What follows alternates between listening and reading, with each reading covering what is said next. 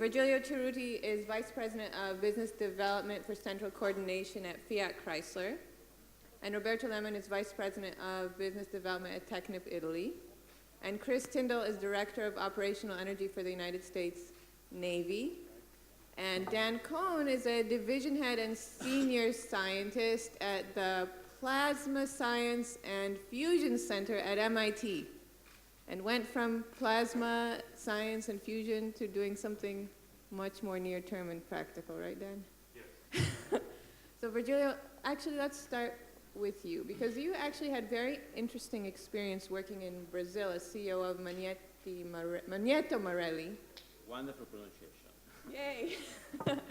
And so you were really there, very much involved. Thank you. Close by. All right. Virgilio was CEO of Magneto Marelli in Brazil. Well, you were in Brazil, and you were very involved in the whole development and deployment of flex fuel vehicles from the software side. But I want to hear about the whole Brazilian experience with flex fuel vehicles. Yeah, thank you. Yes, I guess that the title of this overall event is Fuel Choices. Well, I believe that in this scenario, Brazil is really a unique case in the world. I guess that overall in the world, there are, since we are talking of transportation, more than 1 billion vehicles. I believe that roughly 90% of these vehicles are still managed through traditional powertrain, auto cycle or diesel cycle. And while Brazil is really the only country where today you have a real choice. It's a market of 3 million cars per year. And last year, they had 50-50 consumption of gasoline and ethanol. And all this big change happened over the last I would say, less than 10 years.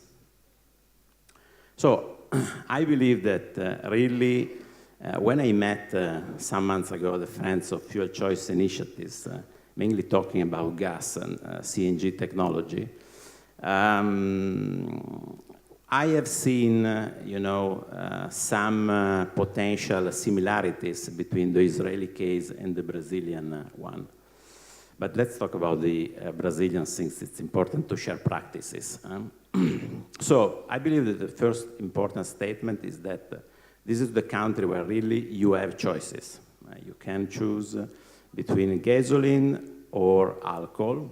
And then there are also some kind of vehicles up to 5 different choices. There is a technology which is named Tetra Fuel, and you can have 5 different choices. But let's focus on the most simple one, which is ethanol and gasoline.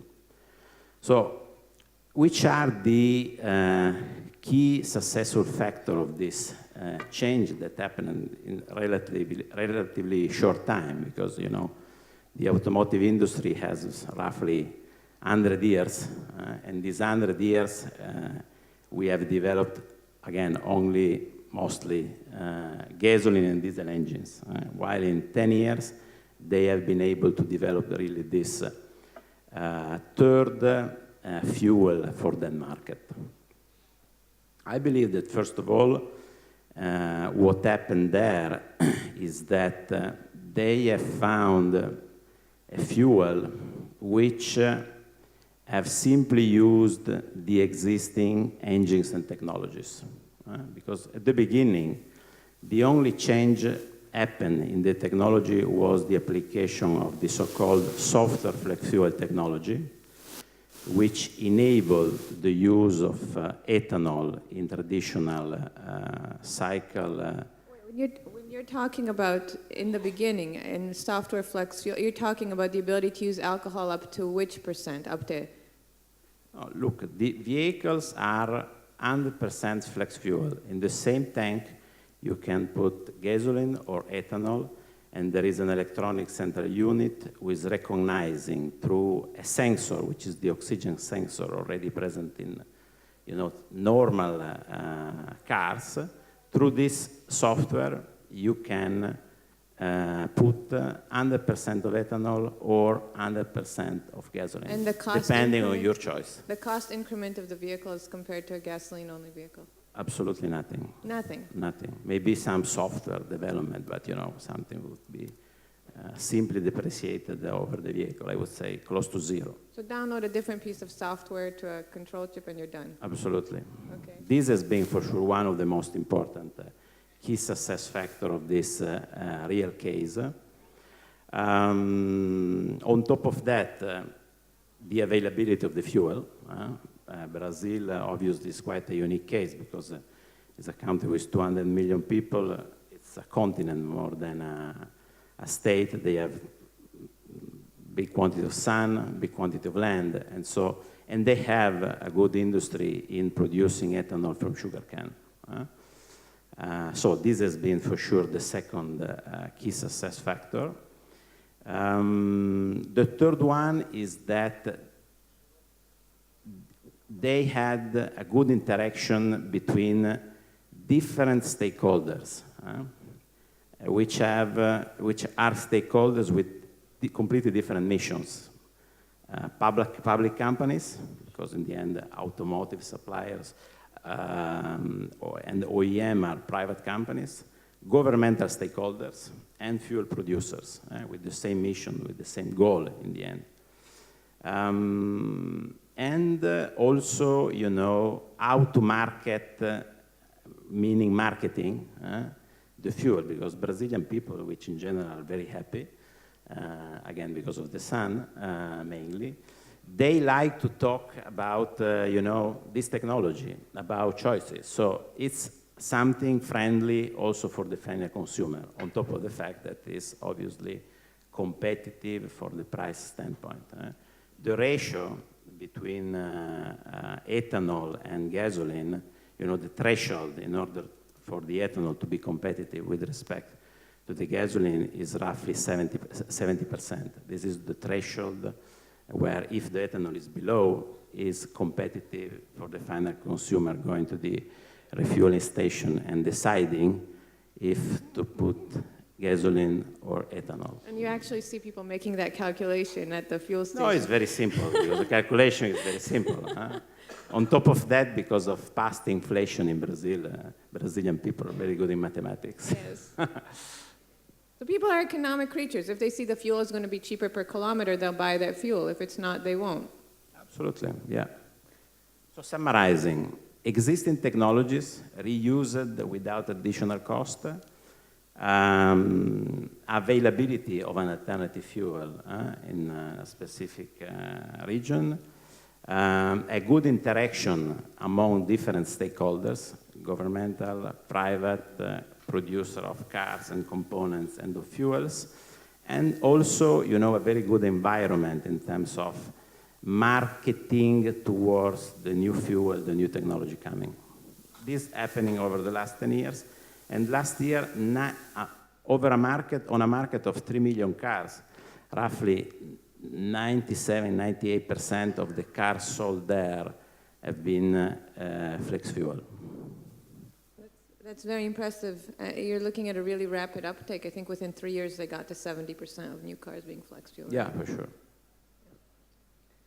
I want to go to Chris here because we're talking about Brazil, biofuels. I believe that Brazilian flex fuel vehicles can also technically use methanol, right?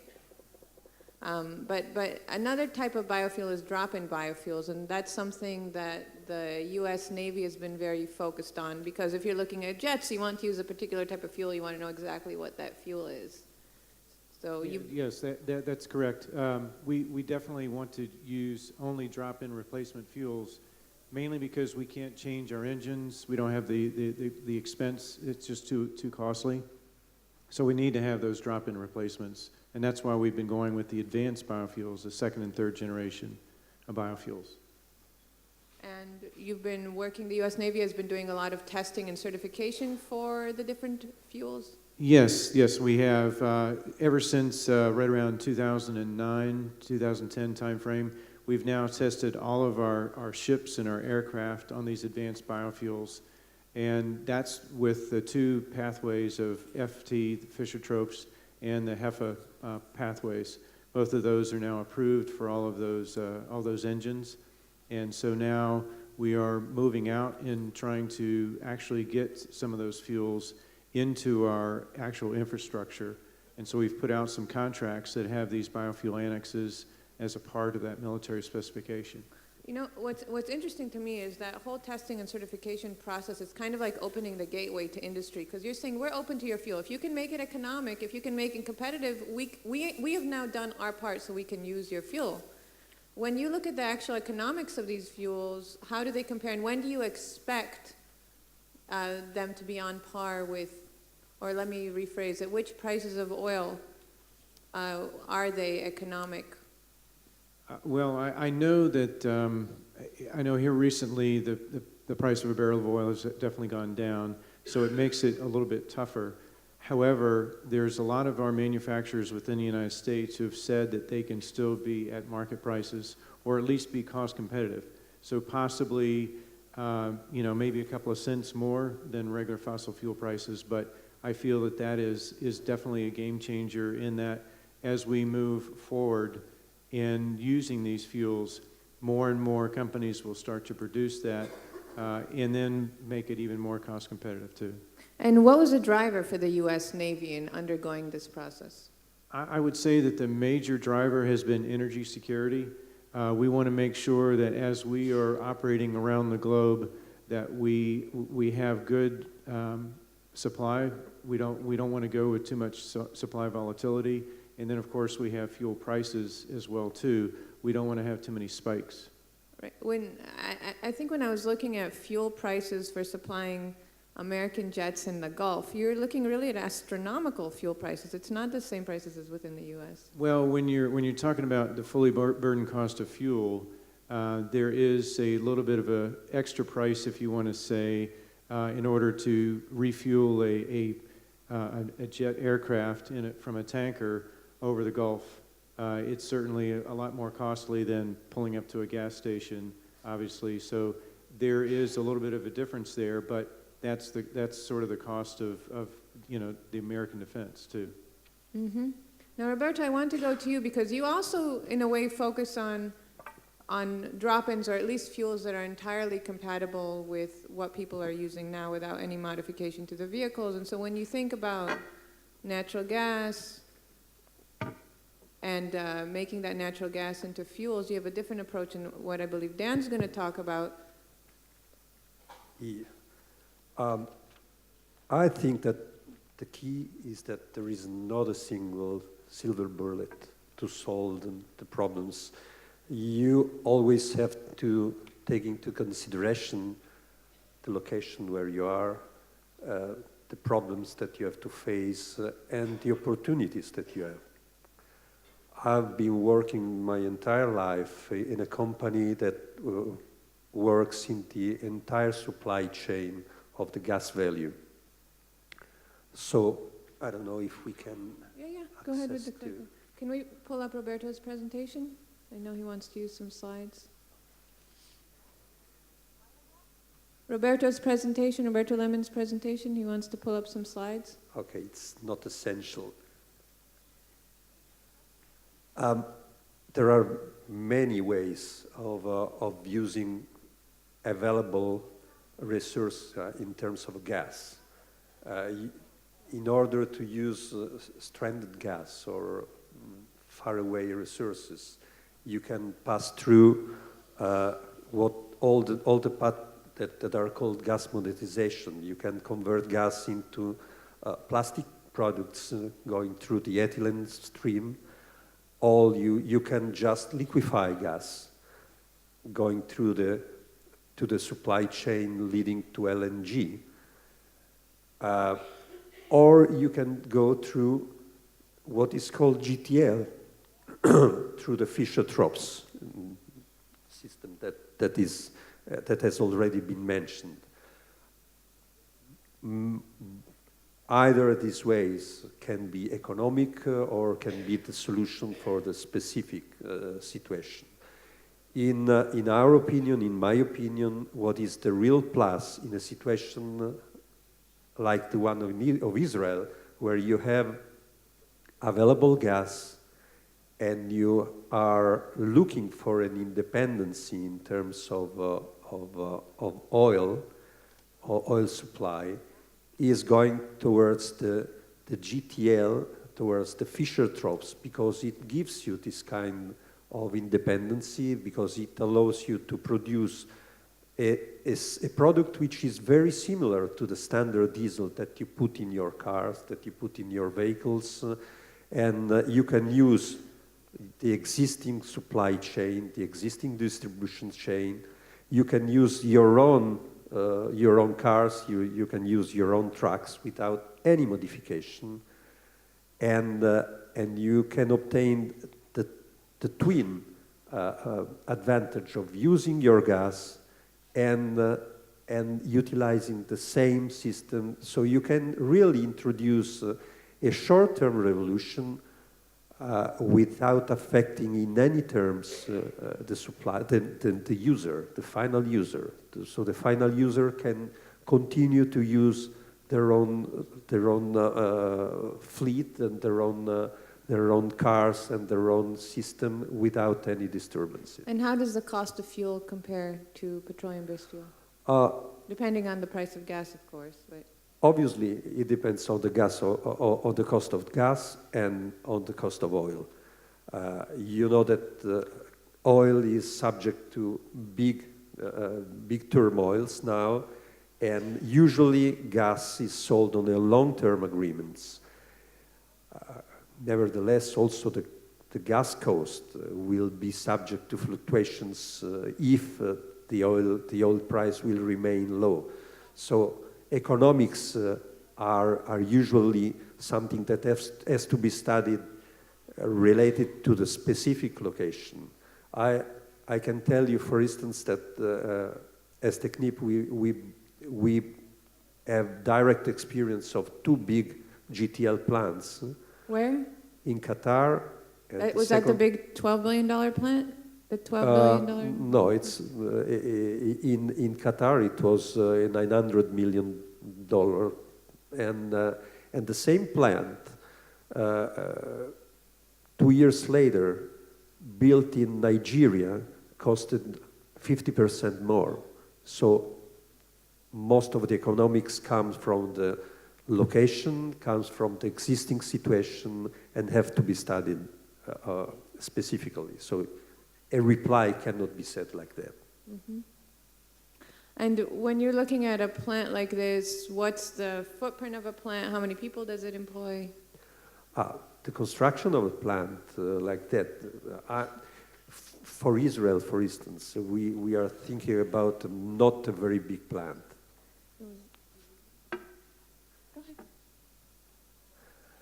For Israel, we could think about of a 15,000 barrel per day plant, which is a fourth of the entire production of diesel of Israel. And this kind of plant would allow to use 1.5 BCM of gas and would employ in the construction phase 3,000 people, more or less, and during the production 250 people on a steady base.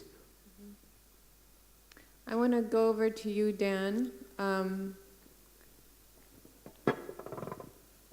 You've been talking about, actually, you're going to want to use some slides as well. Yes, that's correct. Dan Cohn's slides, please. Let's see if we get it. Oh my goodness, we did. Success. Okay, you've been talking about alcohol, and specifically methanol, for a long time, and I think lately you focused more on the heavy-duty sector. So I want to understand why, and the potential applications that you see. Yes, well, first, I believe if you look at what we've been talking about at this conference and in general, there's tended to be a much more emphasis on the light-duty sector in terms of alternative fuels than on the heavy-duty sector. And I think it would be, in general, good to bring more balance to our considerations and give more attention to the heavy-duty sector. And secondly, I want to describe why I think methanol can be a very good fuel for the heavy-duty sector. Methanol is the least expensive and most efficiently made fuel from a wide range of feedstocks, natural gas, coal, various renewable feedstocks, and also has the features that enable it to make cleaner and more efficient engines. So at MIT, we've been looking at how to exploit those features.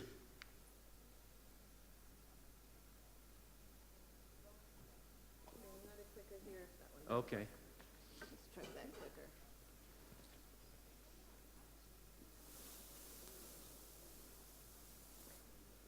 Can you move a slide forward, please? The clicker doesn't seem to work. Okay, whoops, there we go. Okay, works? No, I think I've got it now. So, good place to start is to ask, what does the future hold for transportation fuels? And this slide shows projections by ExxonMobil. And the headline news here is that after 2020, diesel replaces gasoline as the #1 global transportation fuel. And its increase grows much more rapidly than the increase in the demand for gasoline.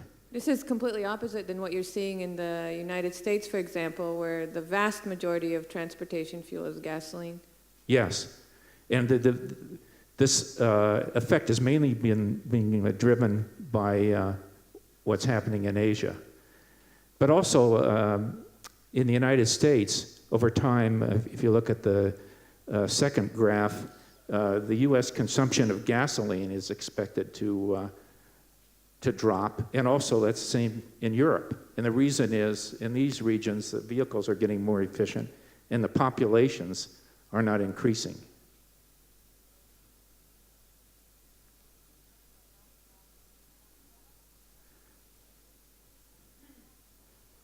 Now, there's a number of reasons why there is a need for alternative to diesel.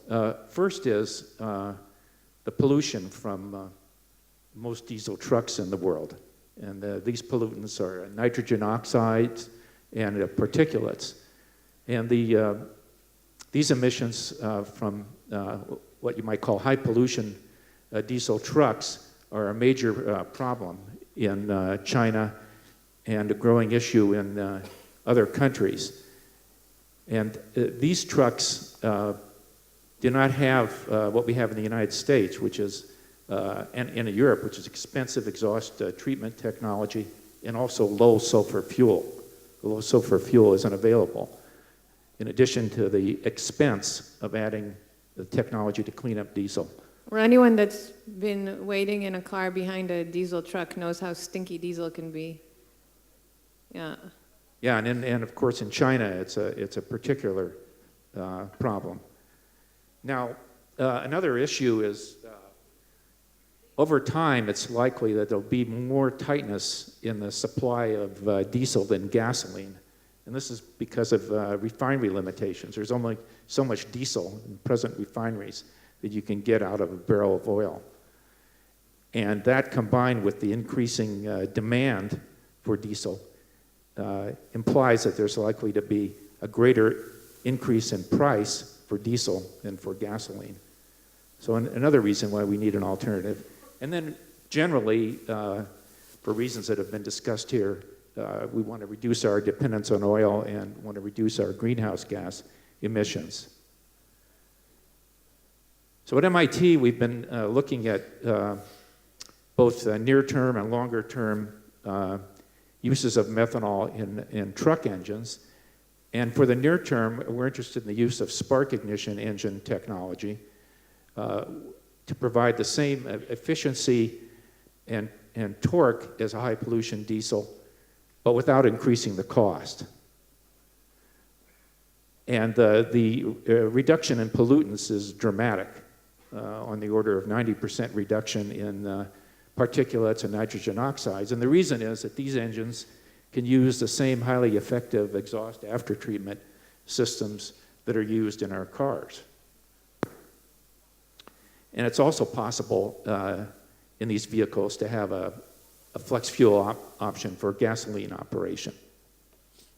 And this capability is enabled by the very high octane of methanol. What's the cost differential?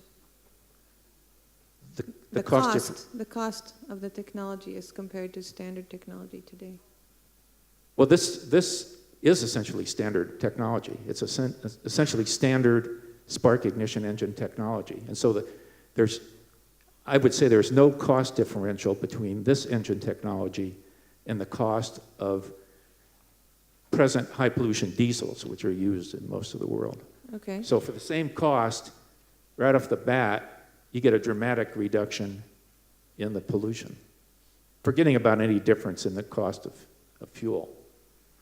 Then as a second stage, we see the potential to substantially increase the efficiency of truck engines beyond the high efficiency of diesels. And this is by using the capability that methanol provides for very effective exhaust heat recovery. You know, there's a lot of energy that can theoretically be recovered from the exhaust, and methanol has special properties that allow this to happen. And we have a program now being developed at MIT, and we believe that it will be possible to get up to 25% higher fuel efficiency than a diesel for an incremental cost of $5,000 to $10,000.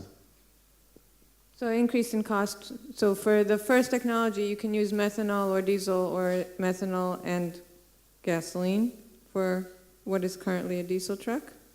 You can certainly use methanol and gasoline and get the very dramatic reduction in pollutants. You could also build in an option to use diesel. And methanol mixed together? Yeah, you could, but then the pollution would be greater.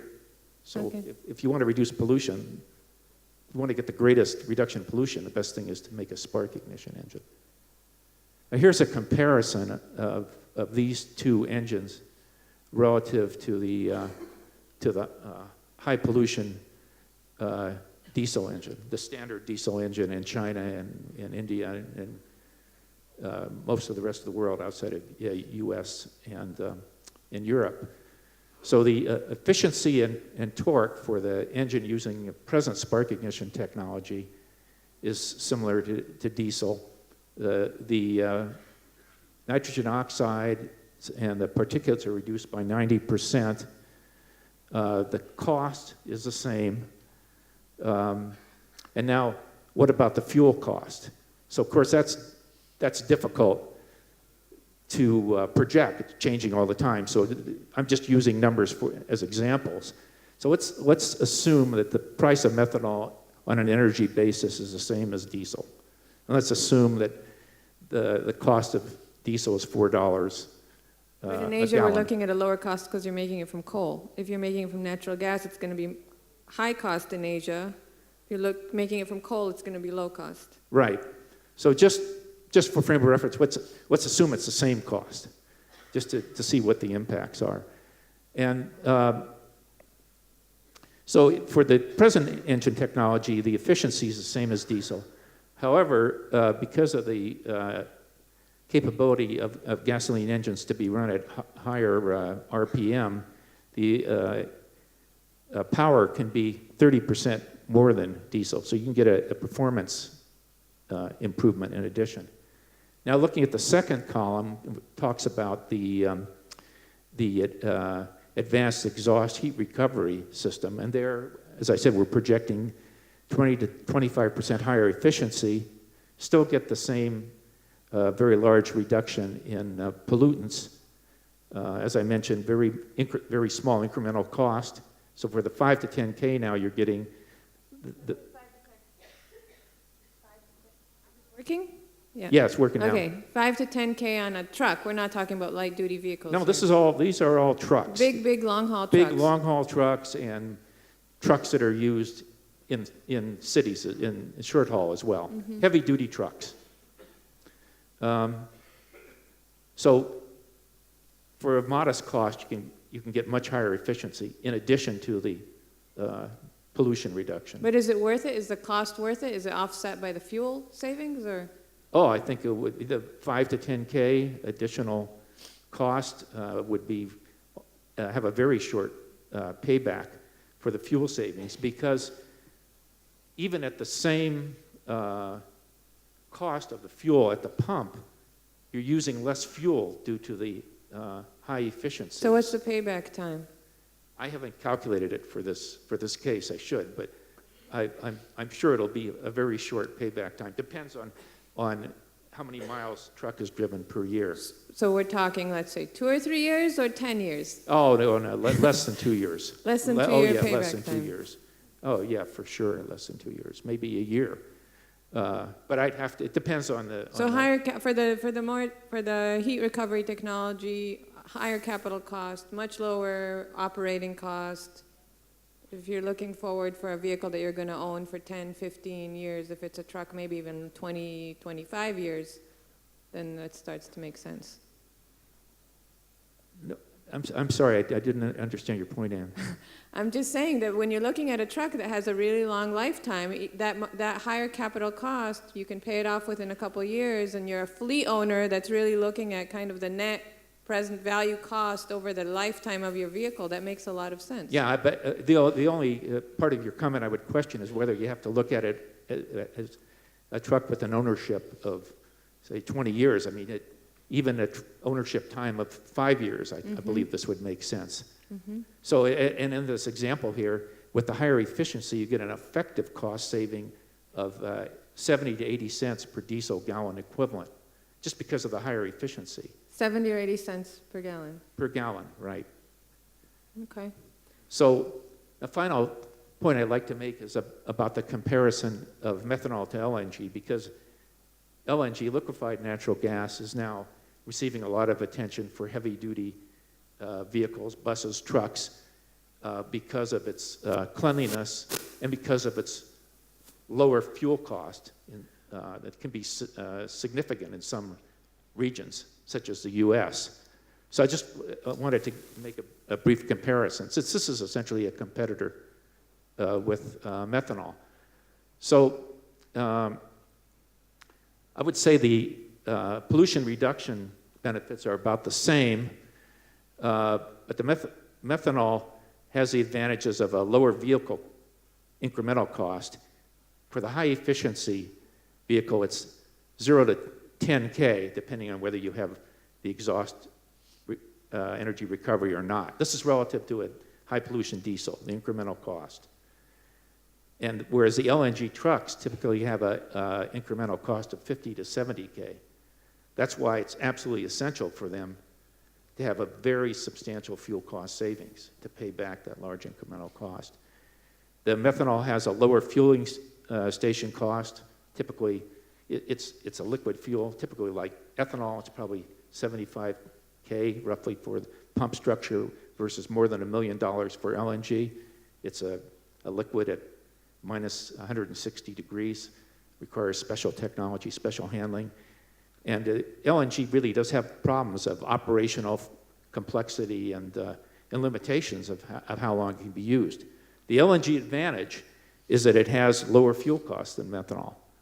But I think it's important to point out that this advantage could be relatively smaller, possibly eliminated by a combination of a high LNG price in some regions, that is Asia, where you have a high price of LNG versus the U.S., where we have a low-cost natural gas. Because in the U.S., if you're looking at LNG versus methanol, you're looking at natural gas versus natural gas, essentially. Yes, right, exactly. And if you combine that with the higher efficiency of methanol, then LNG may not be such a good economic proposition relative to methanol. So I want to jump in, or interrupt you and jump here Yeah, go ahead. to the energy density question, because what I'm seeing with the technology that you're talking about, diesel is a very energy dense, very energy dense fuel. With the heat, and I know, for example, for the U.S. Navy, if you're looking at jets, you're going to go to high energy density fuel all the time. That's your first priority. Otherwise, you have a high weight of fuel to deal with, high volume of fuel to deal with. Just very quickly, with heat recovery technology, does that take away the, Well, it reduces the energy density problem. But let me just make another comment about energy density of methanol compared to diesel. Let's talk about the extra weight of the fuel tank, right? Because if there's only half as much fuel, then you have more weight. But the methanol engine can actually be substantially smaller than the diesel engine because of a very high degree of turbocharging and the fact that it's run at what's called a stoichiometric air-fuel ratio. And so the decrease in engine size relative to the diesel and the corresponding decrease in weight more than offsets the increased weight from carrying the fuel. so energy density, Chris, any thoughts on, first of all, because you have to focus on the very energy dense fuels, and you want to open the door to a particular set of fuels, what's the U.S. government doing other than opening the door in terms of fuel testing and certification to commercialize these fuels? The advanced biofuels that we are using have the same energy density. It's basically a different feedstock that's the root of these advanced biofuels. Instead of coming from dead dinosaurs, it's coming from oil feedstocks or liquid, or from municipal solid waste, wood chips, those kinds of things too. But energy density in long haul, it's basically the same. And we can't afford to do that, obviously, when you're talking about naval aircraft and ships. Now, Virgilio, I actually want to go to you because in your Brazilian experience, ethanol is a less energy dense fuel than gasoline. So even when the benefit was a consumer is going to use it if it costs less than 70% of the cost of a gallon of gasoline, so it's cheaper per kilometer. Were consumers annoyed by the fact that they had to refuel more often, or how did that work into their calculation? But look, first of all, the advantage of the technology is that you have one tank and you can put in the same tank together whatever you want. So this is an important choice. Having said that, based on my understanding, if you put gasoline at 100, ethanol is roughly around 68, something like that, in terms of what we are calling driving range, at the same fuel tank, which is the ratio. I guess that the methanol is still behind.